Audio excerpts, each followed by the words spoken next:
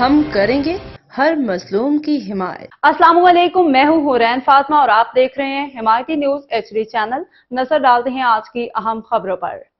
زہریلا ونڈا راشن فروخت کیے جانے کا انکشاف، جانوروں کی زندگیاں خطرے میں، حکومت سے کارروائی کا مطالبہ۔ کراچی رپورٹ فہیم احمد ارائیں برائے حمایتی نیوز۔ کراچی کے ضلع ملیر میں واقع مشہور علاقے بھینس کالونی میں ایک سنگین معاملہ سامنے آیا ہے، جہاں بھینسوں کے راشن ونڈا میں مبینہ طور پر زہریلے مواد کی ملاوٹ کی جا رہی ہے۔ ذرائع کے مطابق یعقوب مصطفیٰ نامی شخص کی جانب سے بیچا جانے والا راشن نہ صرف ناقص بلکہ جان لیوا ثابت ہو رہا ہے۔ رپورٹ کے مطابق اس راشن کی آٹے میں زہر مکس کیا گیا ہے اور چند روپوں کی خاطر یونس خان نیازی نامی شخص یہ مکس شدہ ونڈا جات مختلف باڑوں کو فروخت کر رہا ہے۔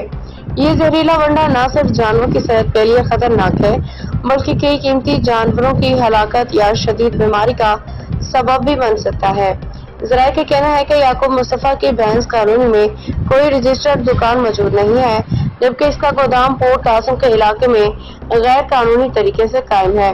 یہ گودام حکومت پاکستان کے ٹیکس سسٹم سے بچتے ہوئے کام کر رہا ہے اور عوام کو سستا مگر خطرناک راشن فراہم کر رہا ہے۔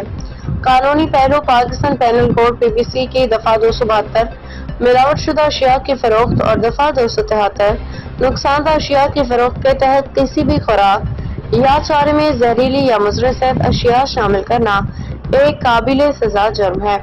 اس کے علاوہ ٹیکس چوری پر فیڈرل بورڈ آف ریونیو کے قوانین کے تحت سخت قانونی کارروائی عمل میں لائی جا سکتی ہے۔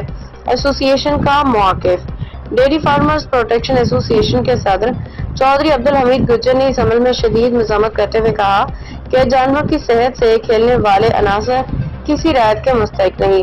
متعلقہ حکام فوری کارروائی کریں، ڈیری فارمر صنعتی طور پر منظور شدہ رجسٹرڈ سپلائرز سے ہی راشن خریدے۔ مطالبہ: حکومت Sindh, food authority, live stock department اور FBR سے اپیل ہے کہ یعقوب مصطفیٰ اور یونس خان نیازی کے خلاف فوری کارروائی کی جائے، غیر قانونی گودام کو بند کیا جائے، زہریلے ونڈا کی فروخت پر مکمل پابندی عائد کی جائے۔ باقی جو لوگ ہیں ان کو روزنامہ حمایتی نیوز اگلی خبر میں منظر عام پہ لائے گا۔ باخبر رہیے ہر جگہ ہر وقت، جانیے ملکی و غیر ملکی حالات و واقعات یقین کے ساتھ۔